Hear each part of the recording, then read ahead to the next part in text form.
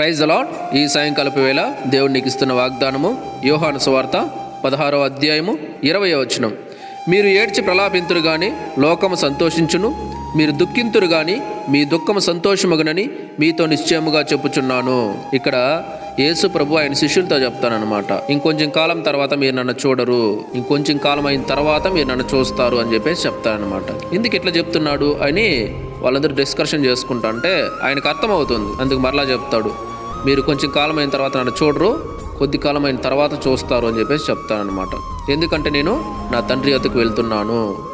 మీరు ఏడ్చి ప్రలాపిస్తారు, నేను లేను కాబట్టి ఏడుస్తారు, ప్రలాపిస్తారు, దుఃఖపడతారు. అయినా కూడా మీ దుఃఖము సంతోషమగునని మీతో నిశ్చయంగా చెప్పుచున్నాను. నేను లేను కాబట్టి మీరు ఏడుస్తున్నారు, బాధపడుతున్నారు. కానీ నేను ఖచ్చితంగా మరలా మీ వద్దకు వస్తాను, మీకు సంతోషాన్ని నిశ్చయంగా నేను ఇస్తాను అని దేవుడు ఇక్కడ